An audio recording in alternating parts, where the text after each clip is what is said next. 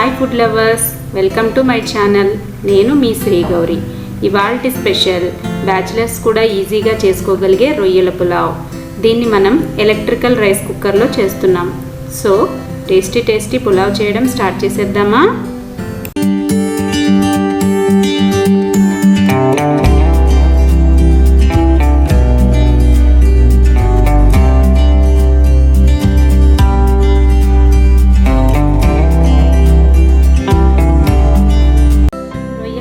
కోసం ముందుగా చేయవలసిన మసాలా ప్రిపరేషన్ చూద్దాం. దానికి కావలసిన పదార్థాలు: యాలకులు 15, లవంగాలు 15, జాజి పువ్వులు 2, జాపత్రి 2, జాజికాయ చిన్న ముక్క, బిర్యానీ ఆకు 4, దాల్చిన చెక్క 2 ఇంచుల ముక్క.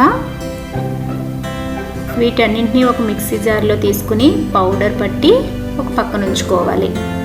పలావ్ కావాల్సిన మిగతా పదార్థాలు చూద్దాం. రొయ్యలు 1/2 kg మగ్గపెట్టి ఒక పక్కన ఉంచుకోవాలి.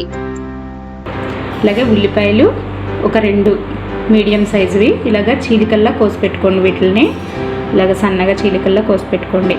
కొత్తిమీర ఒక గుప్పెడు తీసుకోండి. కరివేపాకు 2 రెమ్మలు, పచ్చిమిర్చి ఒక 3 ఇలా చీలికల్లాగా కోసి పెట్టుకోండి.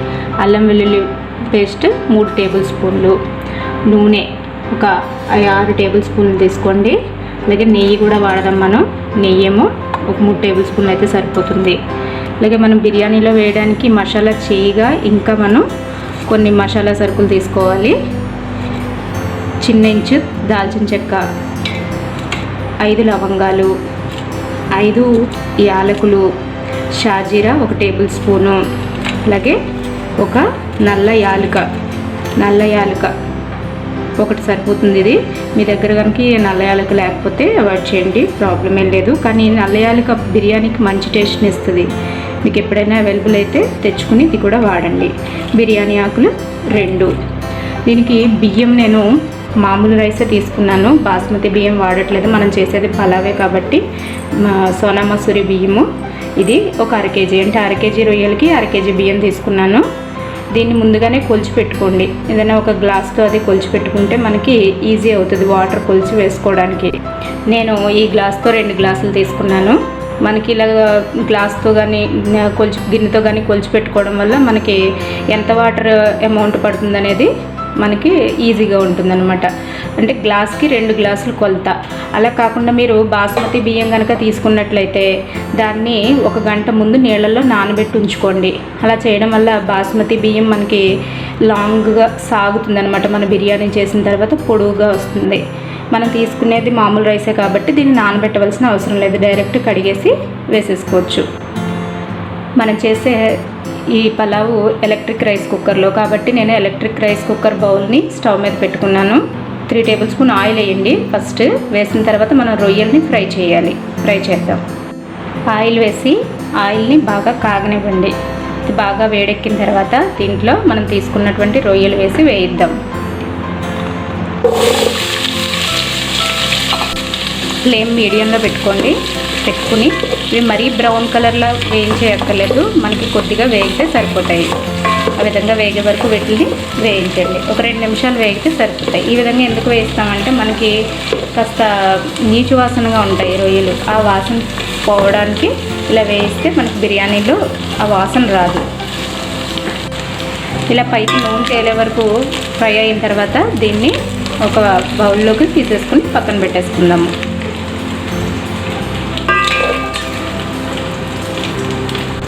ఇలా అన్ని రొయ్యలు ఒక గిన్నెలోకి తీసుకుని పక్కన పెట్టేసుకోవాలి. ఇప్పుడు అదే ప్యాన్లో మనం తీసుకున్న అదే గిన్నెలో స్టవ్ వెలిగించుకుని మిగతా ఉన్నది కదా ఆయిల్, అది కూడా వేసేసుకుందాము. ఆయిల్ వేసిన తర్వాత దీంట్లోనే 2 టేబుల్ స్పూన్ నెయ్యి కూడా వేసేస్తున్నాను. వేసి ఆయిల్ని బాగా కాగనివ్వండి. ఆయిల్ కాగిన తర్వాత మనం తీసుకున్నటువంటి మసాలా సరుకులన్నీ కూడా యాడ్ చేసేయండి. ఇందులో వేసేసి కలపండి. కలుపుతూ ఫ్రై చేయండి. మీడియం ఫ్లేమ్లోనే పెట్టుకోండి. హై ఫ్లేమ్లో పెట్టి చేస్తే ఇవి బాగా మాడిపోతాయి. ఇవి కొద్దిగా వేగిన తర్వాత దీంట్లో ఆనియన్ యాడ్ చేసుకోండి. ఆనియన్ వేసిన తర్వాత నేను కొత్తిమీర కాడలతో సహా తీసుకున్నాను. ఆ కాడలను వేసాను, కొత్తిమీర వేయలేదు, ఓన్లీ కాడలు ఒకటే వేసాను. తర్వాత పచ్చిమిరపకాయలు కూడా వేసేయండి, కరివేపాకు వేసి వేగనివ్వండి. దీంట్లో 1 టీ స్పూన్ పసుపు వేసాము, 1 టేబుల్ స్పూన్ ఉప్పు వేసి వేయించండి. అల్లం వెల్లుల్లి పేస్ట్ కూడా వేసి యాడ్ చేయండి. యాడ్ చేసి ఈ అల్లం వెల్లుల్లి పేస్ట్ పచ్చివాసన పోయేంత వరకు వేయించండి. బాగా కలుపుతూ వేయించుకోండి. అల్లం వెల్లుల్లి పేస్ట్ బాగా వేగిన తర్వాత ఇందులోనే మీడియం సైజ్ టమాటా తీసుకుని దానిలో ముక్కలుగా కోసుకుని దాన్ని కూడా యాడ్ చేసేయండి. వేసి బాగా కలపండి. దీన్ని కూడా కాస్త మగ్గనివ్వండి. టమాటాని ఇలా మగ్గే వరకు కూడా దీన్ని ఉంచండి.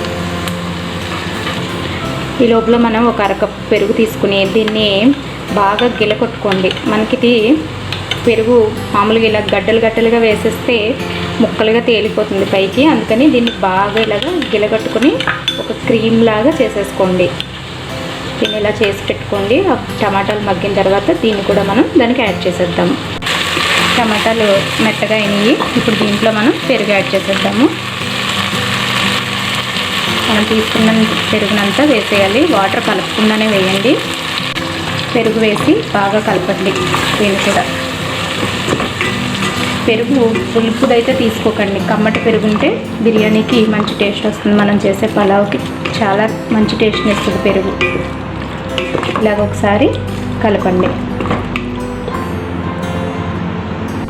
పెరుగుతో మనం తీసుకున్న గ్రేవీ బాగా మగ్గిన తర్వాత ఇప్పుడు అందులో 1 టేబుల్ స్పూన్ ధనియాల పొడి, 1 టేబుల్ స్పూన్ జీలకర్ర పొడి, 1 టేబుల్ స్పూన్ కారం, 1/2 టేబుల్ స్పూన్ గరం మసాలా పొడి, అలాగే మనం ఇందాక మిక్సీ పట్టు పెట్టుకున్నటువంటి పౌడర్ ఉంది కదా, ఆ పౌడర్ బిర్యానీ మసాలా పౌడర్ అది ఒక 1.5 టేబుల్ స్పూన్ వేయండి. వేసి బాగా కలుపుకోండి. వాటర్ పక్కన పెట్టి ఉంచుకోండి. ఎందుకంటే మన గ్రేవీ అడుగు పట్టేసరికి మనం వాటర్ యాడ్ చేసుకోవాల్సి ఉంటుంది. ఇప్పుడు దీంట్లోనే మనం ఫ్రై చేసి పెట్టుకున్న రొయ్యలను కూడా యాడ్ చేసేసి ఒకసారి కలుపుకుందాం. రొయ్యలను వేసేయండి. కింద కాస్త ఆయిల్గా ఉంటుంది, అది కూడా దీంట్లో కొంపేసుకోండి. ఆయిల్ని కూడా కానీ ఒకసారి బాగా కలుపుకోండి. ఇలాగా మసాలా అంతా రొయ్యలకు పడుతుంది. మనం తీసుకున్న కొత్తిమీరలో సగం కొత్తిమీర యాడ్ చేసేయండి. మిగతా కొత్తిమీరని పైన యాడ్ చేసుకుందాం మనం. దీంట్లో ఇప్పుడు మనం వాటర్ని యాడ్ చేసేద్దాము. నేను తీసుకున్నది గ్లాస్తో కాబట్టి ఈ గ్లాస్తో 4 గ్లాసులు వాటర్ని యాడ్ చేస్తున్నాను.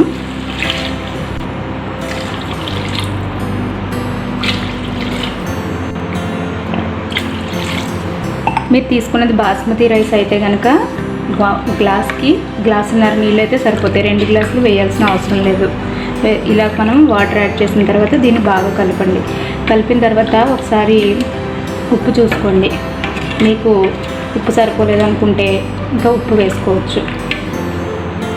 మసాలా కూడా సరిపోయిందో లేదో చూసుకోండి. మసాలా అది సరి చూసుకుని అప్పుడు మనం బియ్యం యాడ్ చేద్దాం. ఇప్పుడు దీంట్లో కడిగి పెట్టుకున్నటువంటి బియ్యాన్ని కూడా యాడ్ చేసేద్దాము. వేసేస్తున్నాను. బియ్యం వేసిన తర్వాత బాగా కలపండి. ఇలా కలిపి ఈ లోపల రైస్ కుక్కర్ని అది రెడీ చేసి పెట్టుకోండి. స్టవ్ ఆఫ్ చేసేసి ఆ గిన్నెను అలా తీసుకొచ్చి రైస్ కుక్కర్లో పెట్టి కుక్ చేయండి. ఇలా కుక్ అవ్వడానికి మీకు ఒక 20 మినిట్స్ అయినా పడుతుంది. తర్వాత లైట్ వామ్ అవుతుంది. వామ్ అయినప్పుడు మనం స్విచ్ ఆఫ్ చేసేసుకుంటే మన బిర్యానీ రెడీ అయిపోతుంది. మీ దగ్గర ఇలాగ రైస్ కుక్కర్ లేటట్లయితే మీరు మామూలుగా కూడా చేసుకోవచ్చు. గిన్నె కింద ఒక అట్ల రేట్ పెట్టేసుకుని మీరు మామూలుగా కూడా దీన్ని బాయిల్ చేసేయచ్చు. అలా కూడా బిర్యానీ చేయొచ్చు. కానీ ఈ rice cooker electric rice cooker వల్ల మనం అస్తమానం తీసి దాన్ని కలుపుకుంటూ చూడవలసిన అవసరం ఉండదు. అదొక అడ్వాంటేజ్ దీంతోనూ. అలాగే ఆటోమేటిక్గా ఆఫ్ అయిపోతుంది. ఉడకంగానే మనం పోసిన నీళ్ళన్నీ ఇవ్వగానే ఆటోమేటిక్గా ఇది ఆఫ్ అయిపోతుంది. దీన్ని ఒక లిడ్ పెట్టేసి దీని మీద మనం కుక్ చేద్దాం. ఇలా క్లోజ్ చేసేసి ఒక 20 మినిట్స్ దీన్ని కుక్ చేద్దాం. బటన్ వామ్లోకి వెళ్ళిపోయిందండి. అంటే మన బిర్యానీ రెడీ అయిపోయినట్టు. మనం తీసి చూద్దాము ఒకసారి ఎలా ఉందో.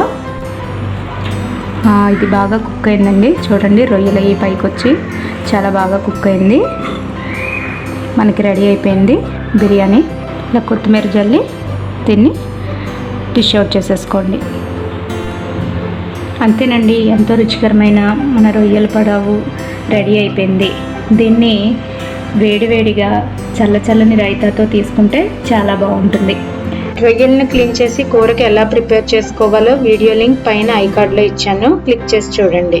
ఈ వీడియో కనుక మీకు నచ్చినట్లయితే సబ్స్క్రైబ్ చేయండి, లైక్ చేయండి, షేర్ చేయండి. సబ్స్క్రైబ్ చేసిన తర్వాత పక్కనే ఉన్న బెల్ ఐకాన్ నొక్కండి. దీనివల్ల నేను అప్లోడ్ చేసే ప్రతి వీడియో మీ నోటిఫికేషన్ వస్తుంది. Thanks for watching.